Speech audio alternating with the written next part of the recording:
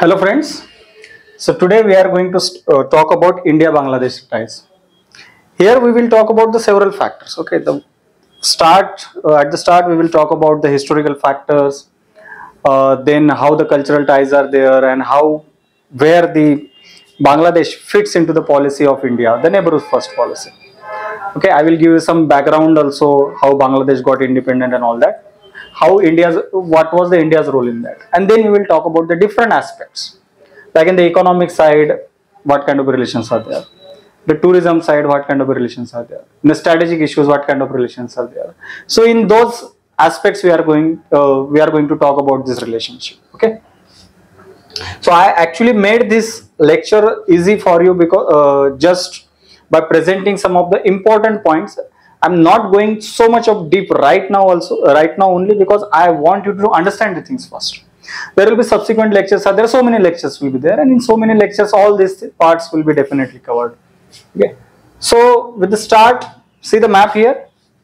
Okay, you can identify the Bangladesh. Here we can see the Dhaka, the capital of Bangladesh, and just not see but understand it. So here you can see Bangladesh is connected to how many countries. Here you can see. So from here it is completely connected to India. Till this part it is connected to India. Okay, this part only. Okay, this part, see where it is connected. Only this part. It is connected to Myanmar. So you can see almost the two-third part India is connected, or it is covered by India. Just a small portion it is getting connected to Myanmar, and the rest of the part it is connected to the Bay of Bengal. So with this geographical factor also you can understand how much India is important for Bangladesh. Definitely Bangladesh is important for us. It's not that Bangladesh is a small country, we are a big country, so for Bangladesh India is more important, for India Bangladesh is less important, nothing like that. Always in an international area, when two countries meet or they cooperate with each other, they are the equal partners. They both are getting benefited and they both carries an equal importance in the relationship. So Bangladesh carries equal importance in the relationship of India. How the India carries that importance in the Bangladesh relationship. Okay, so here in a geographical factor also we can understand how both countries are attached to each other and how they are important to each other. So as we have seen in the map, three sides of the Bangladesh land border shared with India, and one side it runs along the Bay of Bengal. So that's why definitely for the Bangladesh, India is an unavoidable partner. Okay, you cannot avoid it. Unavoidable partner. So how much border we share? India and Bangladesh. Important facts: more than 4,000 kilometers. You don't have to remember the exact fact. Okay, 4,096.7. That much you don't require. Just you need to understand the more than 4,000 kilometers. So in the prelims they will not ask whether how much border in kilometers we are sharing with the Bangladesh. Okay, so for the prelims you just have to remember that it is the longest land boundary that India shares with any of its neighbor. So India shares its longest land boundary with which country? With the Bangladesh. Okay, how much is it? It is 4,000 kilometers. So this is both prelim plus mains importance, and this factor is only for mains importance. Okay, so when you read any book, during the lectures also I will tell you it is prelim importance, it is mains important. So when you read any book or current affairs or anything, just try to understand those things, that whether it is a prelim importance or a main importance. And how to understand is also very important. Okay, how to understand that it is for the prelim or it is for the mains. It's not that where it is a fact it is for the prelim, or where it is a description it is for the mains. It's not the case. To understand it, you need to understand the previous year question papers. So before directly jumping into any syllabus, directly jumping into any topic, first to try to understand what kind of a questions has been asked. Once you understand this thing, you will understand what is important for the prelim, what is important for the mains. Okay, here this is for both prelim and mains. The facts are also for the mains. Okay, whenever I say prelim, don't consider it just for the prelim, because the facts are also important for the mains. For the mains, some kind of a descriptive nature is there for the UPSC mains, or for even if you take the Maharashtra PCS in the mains also since 2025 there will be the written type of exam. Okay, so for that also I am telling you about descriptive type of exam. So you need some kind of a extra information which may not be that much factual, or which can be just even a factual but may not be directly will be asked in the question, like that of how much border India and Bangladesh is sharing. That is for the mains. Okay, so India was the first country to recognize Bangladesh as a separate and independent state. We know it. We all know it. Okay, so we had this war in 1971. We know it. 1971 war with Pakistan. In this war, actually, if you see the history first, Bangladesh was a part of Pakistan, and before that it was the part of India. So 1947, India got partition. Pakistan got its own part, India got its own part. Pakistan was actually divided into the two parts. One was the West Pakistan, the current Pakistan that we see, and another was the East Pakistan, the current Bangladesh we see. So they are both divided, not directly connected to each other through land or sea. Sea we can say, but yes, not directly connected by land. There was no road directly connecting to them. Okay, and in the management or the governance of the Pakistan, the West Pakistan always has a dominance. The current Pakistan that we see always has a dominance over the East Pakistan, whether it is a culture or a language or a political, and they never like it. Definitely you won't like it, right? So another part is dominating you, the same part of our country, you don't like it. Definitely they want to get separated. So they started protesting against them. And because of this protest, the government started suppression, the Pakistan government started suppression over them. So they asked for the help of India, the people and their leaders also. One of the main leader was the Sheikh Mujibur Rahman, whose daughter is the current Prime Minister of Bangladesh, Sheikh Hasina. Okay, so he also asked India's help, and India helped. Not just by providing food or health facilities or providing home to refugees, also actively through Mukti Vahini forces that we are sending to the Bangladesh. Also, when the war happened, India was the main who was fighting. Okay, Bangladesh definitely these people who were asking for the independence, they were not having the military support. So it was India who supported them, and because of India they got independent. Okay, so that war was going on between the 3rd to 16th December 1971, and on the 3rd December itself, the first day of war, that then Prime Minister of India, Indira Gandhi, in the parliament declared Bangladesh as a separate and independent state. So before getting the independence, even India was the country who declared that Bangladesh is a separate and independent country. And then we established the diplomatic relations with that country. So India was the first country who recognized also. India was the first country who established the diplomatic relations with the Bangladesh also. So that shows that how much we are connected and how better relationship we have with each other. Then India declared this Bangladesh as a friendly South Asian neighbor. Okay, so definitely Bangladesh is a very friendly South Asian neighbors right now. So right now also we have very good relationship with them, very friendly relationship with them.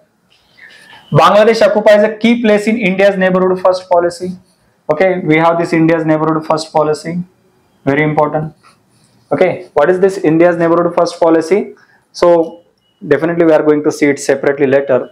But right now, just to give an idea about this, India's neighborhood first policy, India focuses on its neighbors more than the other parts of the world. So it wants to build a good relationship and a harmonious relationship with the neighbors. Why? Because if there is a peace in the neighbor, there is a peace internally also. Suppose we don't have any problem with China and Pakistan, that's an imaginary statement. Okay, in reality, it's not the case. That's completely an imaginary statement that we have a good relationship with the Pakistan or we have a good relationship with the China. And imagine in that scenario what is happening. So do we have any problem? No. If the neighbors, if you have the good relations with all the neighbors, there will not be any problem. Why there is a peace in Europe right now? Though the World War I, World War II happened in Europe. But why there is a peace in Europe? Why? Because I'm not talking about the current war, there is not a complete peace, but internally the countries which are fighting in World War II, European countries, now they are at peace. Why? Because they were having no issues with each other. They have a friendly relationship. When we have the friendly relationship, there is a peace. So in the neighborhood first policy, we want to have a good relationship with all the neighboring countries, so that we will have that peace. India's links with Bangladesh are civilizational, cultural, social and economic. 4 types. Civilizational, definitely we carry the same civilization.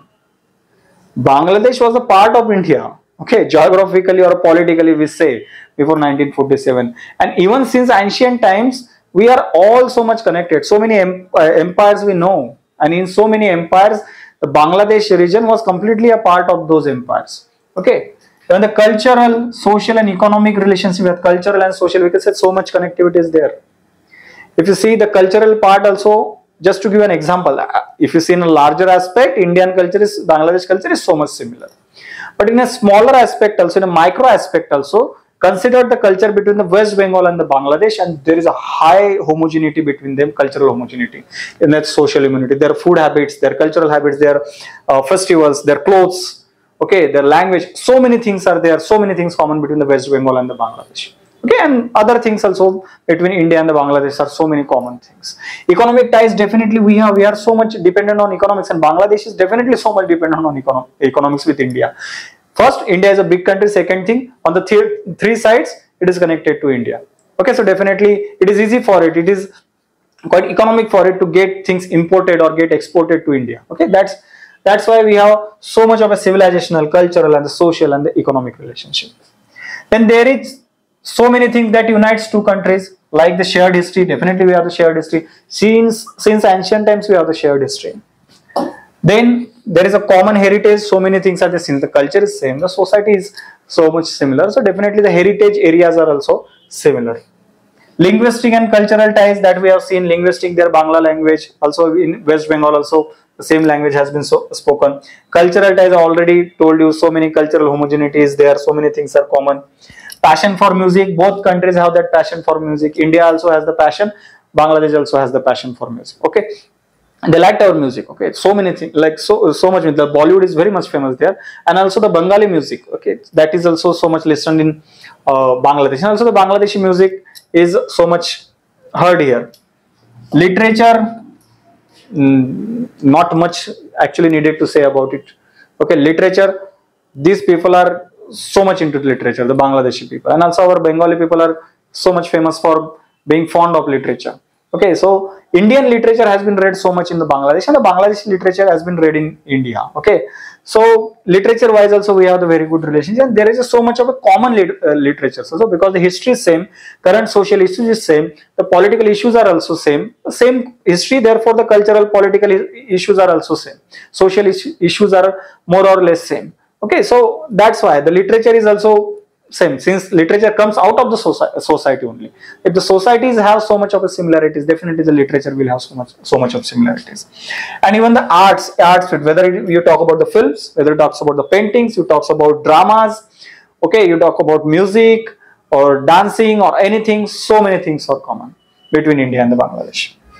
Also, one more important fact to know, Rabindranath Tagore has created the national anthem for both India and the Bangladesh. India's national anthem we know, Jana Gana Mana.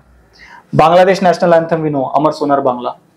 So much of common things are there. Okay, the common thing is Rabindranath Tagore. India's Jana Gana Mana written by the Rabindranath Tagore, and Amar Sonar Bangla is also written by him when there was a Swadeshi movement going on in 1905. When Lord Curzon was there, who was the Viceroy of India that time, he divided Bengal that time. Okay, he partitioned the Bengal. That time the Swadeshi movement was happening. If you have studied the history, then you know the Swadeshi movement was happening in 1905. And that time Rabindranath Tagore wrote this song, Amar Sonar Bangla, which later accepted as the national anthem of Bangladesh. Then we are going to talk about the relationships in different dimensions. Okay, right now also we were talking about the relationship, but now we'll talk about some different dimensions. Okay, so what is the first dimension? Economic dimension, very important dimension. Okay, very important dimension.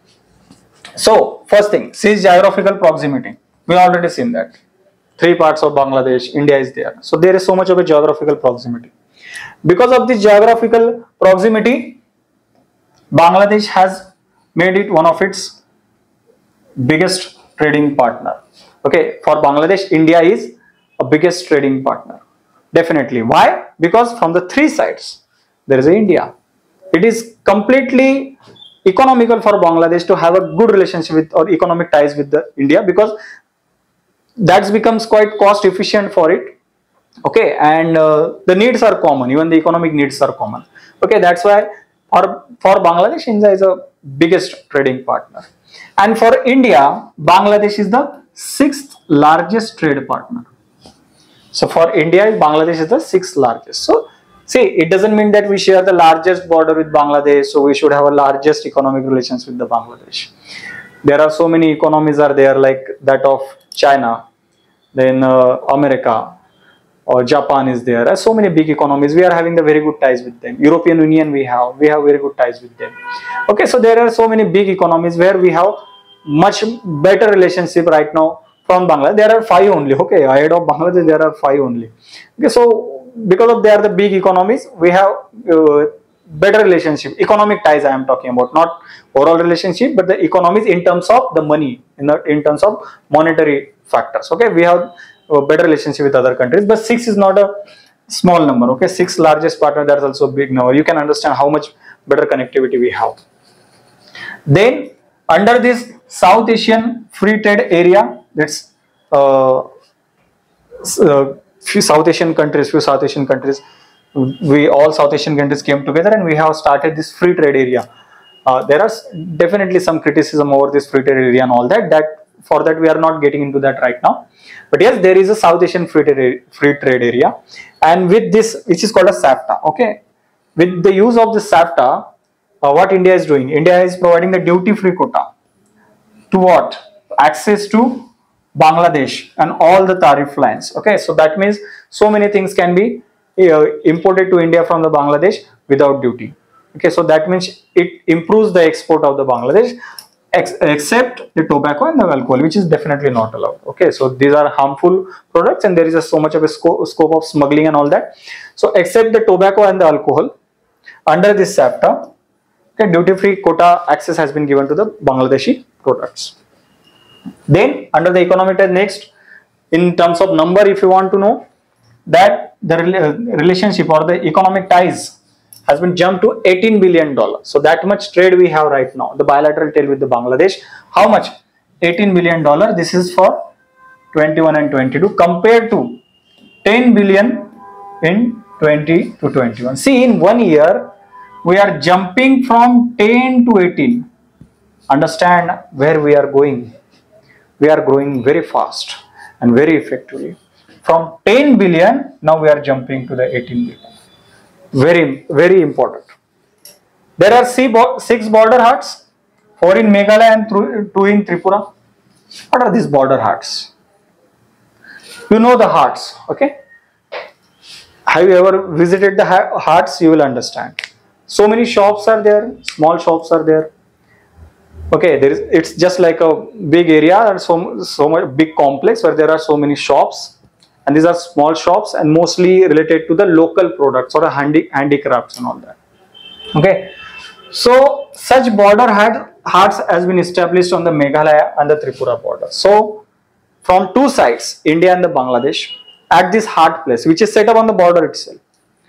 So from people from the two sides, they can set up their shops. And people from the two sides, they can just visit, buy things from these shops and come back home. So because of that, there is a first thing, economic relations is improving. It is helping both the people. Second thing, the people to people contact is also improving. Okay, and there is a peace and harmony which is improving, because where there is a economic prosperity, there is a peace. That we have seen it almost at all places. When there is a economic prosperity, there is a peace. So this one border hut concept is actually so much of helpful to have that peace or have that good relationship between India and the Bangladesh. Then connectivity. How much land border we share? Already we have seen the 4,000 kilometer of land border we are already sharing. And which states are connected to the Bangladesh? See, Assam is there, Tripura is there, Mizoram is there, Meghalaya and the West Bengal. You have to remember these names. These names are important for the prelims. Okay, Assam, Tripura, Mizoram, Meghalaya and the West Bengal. When I say prelims, I already told it is important for prelim plus mains, not excessively for the prelims. Whatever is important for the prelims is important for the mains. Okay, but there are few factors which are just important for the mains. Okay. Then There is a transit and trade which is happening through inland waterways also. There are common shared rivers we have. Ganga is one of the biggest river. Brahmaputra is one of the biggest river. So we have common sharing of the big rivers. Tista is there. Okay, so many rivers are there we are sharing. So definitely there is a scope or potential for having a better connectivity through the inland waterways. So we have the time tested protocol between India and Bangladesh to have this inland waterways and to improve the connectivity through the waterways. Road connectivity is definitely there. Okay, we are still improving, but the road connectivity since ages. Okay, we are so much connected. That was the part of India. Okay, so definitely there is a huge road connectivity. Then we are improving the rail connectivity also. There is a famous rail connectivity which is going on, that is the Agartala Akhura. Akhura is the part, is a city in Bangladesh. Agartala, we know it is in Tripura. Okay, so will be the first rail route between the northeast India and the Bangladesh. Which one? Agartala Akhura rail link. You have to remember this important factor, both prelim mains. Okay, Agartala Akhura rail link. Why we are building rail link? Definitely for the economic reason, for the people to people contact, but there is a strategic relationship also, reason for this also. If you see the northeast region, how it is connected to Indian part, it is connected through this small portion in the West Bengal, which is called as a chicken neck or Siliguri corridor we call it. So this West Bengal is connected to the Darjeeling through that is small part chicken neck, and that is how the complete mainland India is connected to the northeast through that small area. So we always have a threat from China. If it close that area, so we will lose that contact with the northeast in case of there is a war or some conflict situation is there.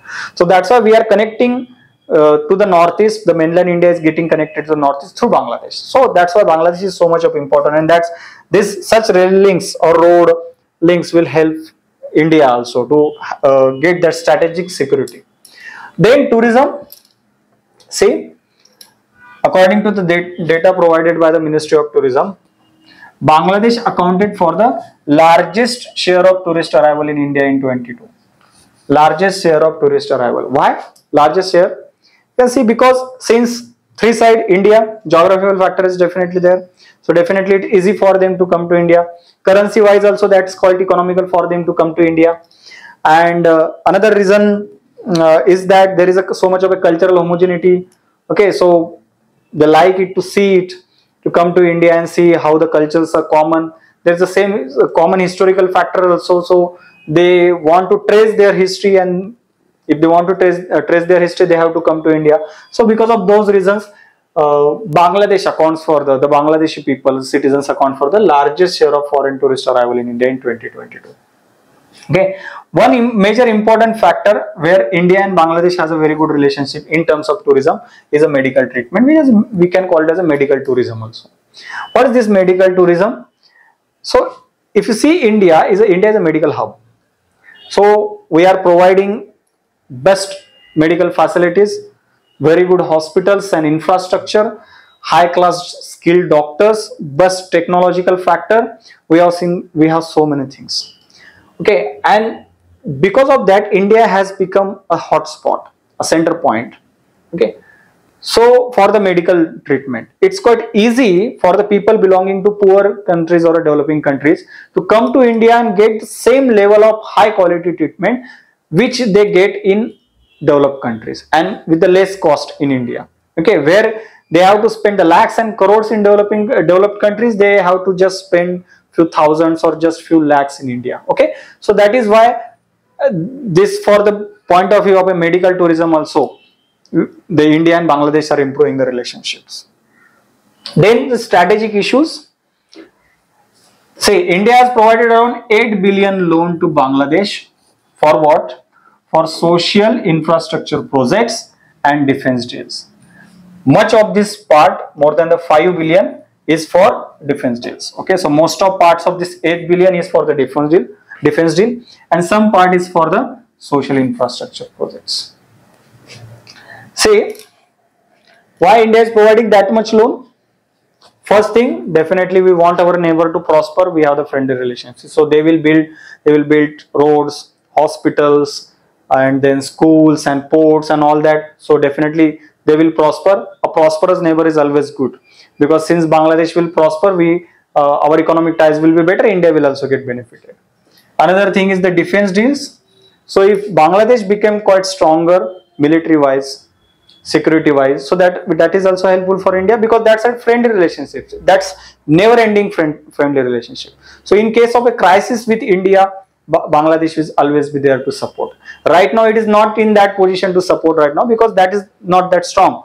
But if you talk about the future's perspective, we will understand if the Bangladesh is getting prosperous and Bangladesh is getting more stronger, in crisis situation, both will have the good. If they both have the good relationship, that is going to supplement the India's security. Okay, that's why we are providing that much of a loan for the defense deals also. Then there is one more important thing, is the Rupur nuclear power plant. That is also important, both for the prelim and the mains point of view. For the prelim, the factual important thing is that India has supported Bangladesh to establish this power plant with the help of Russia. So 3 countries are involved in establishment of this Rupur nuclear power plant: India, Russia and the Bangladesh. Main point of view, definitely when there is a question with respect to the India-Bangladesh relationship and the strategic issues and the strategic relationship with them, definitely you can write this point. And that's also very current affairs point. So very good, very important for your exams right now also. Then there is a joint military exercise which is called as the Sampriti. Okay, you know that. Either you appear for the UPSC exam or state PCS exam. There are so many questions which ask about the defense exercises or military exercises between the different countries. So for this point of view also, you have to remember this Sampriti. It is very famous and already has been asked. Okay, so many times. It's not that once it is asked, it will never be asked. It will definitely be. It can be asked again, because it's very important. Then there is a crime-free zone which was established at the Indo-Bangladesh border. It's the first ever crime-free zone that India is having. We are having that's also first crime-free zone for the Bangladesh. Okay, so what is this crime-free zone? How it is crime-free? Because we have established so many things there, and we have set up so many posts there. We have actually deployed so many personnel there. In that case, so we have made the situation like that at that region, that it will be free from crime.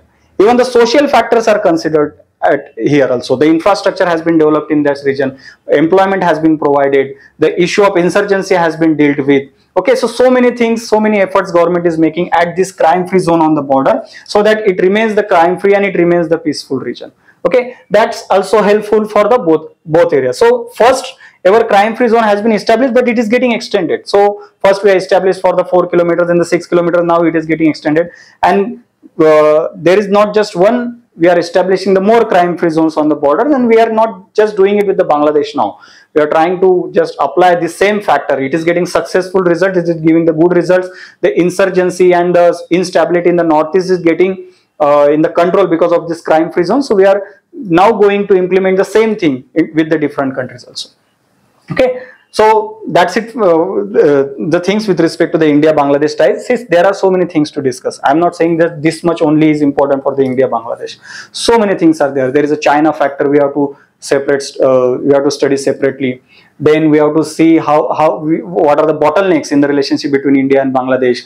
What kind of criticisms are there, and where we are lacking, and why this potential we are still not able to achieve. Like we have so much of a potential of relationship, why we are not able to achieve that much. So many things to study further, but all these things will be covered in a subsequent lectures. Okay, there will be a lecture series and so many things. You don't have to worry, everything will be covered. Okay, so right now I just made this to make easy for you to understand the things, to have the simple points and the simple language, so that you understand it. And once you understand, you will definitely catch up with the complex things also. So that international affairs is quite a complex thing. So all these things we are going to see in the subsequent lectures. Thank you.